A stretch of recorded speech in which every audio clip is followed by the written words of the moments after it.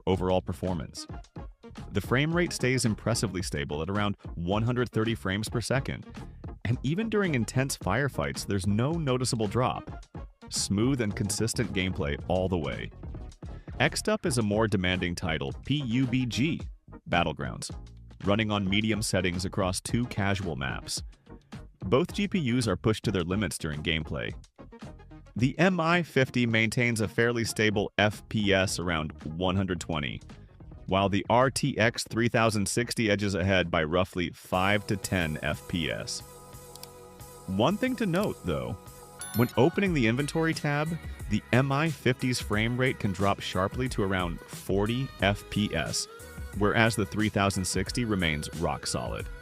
Overall, the MI50 delivers acceptable performance, not perfect, but enough to provide a smooth and playable PUBG experience, proving that even a server-oriented GPU can handle moderately demanding games surprisingly well.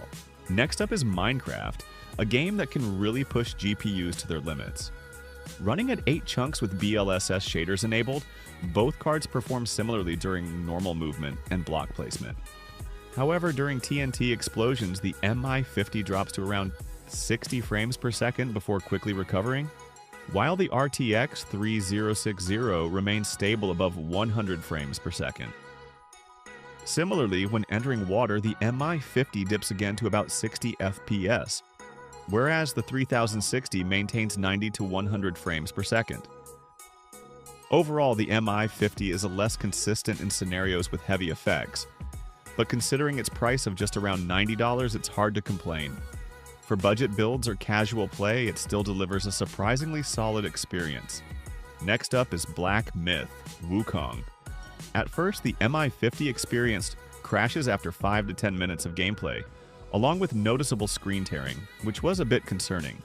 However, after resetting the system and reinstalling the drivers, using version 24.9.1 as shown, the GPU ran smoothly. When testing again, the RTX 3060 has a slight advantage thanks to its newer architecture, averaging 10 to 15 FPS higher than the MI50. Both cards maintain stable performance around 60 frames per second on medium settings, delivering a playable experience even in a demanding title like this. In summary, the MI50 is powerful and affordable, but it's not perfect.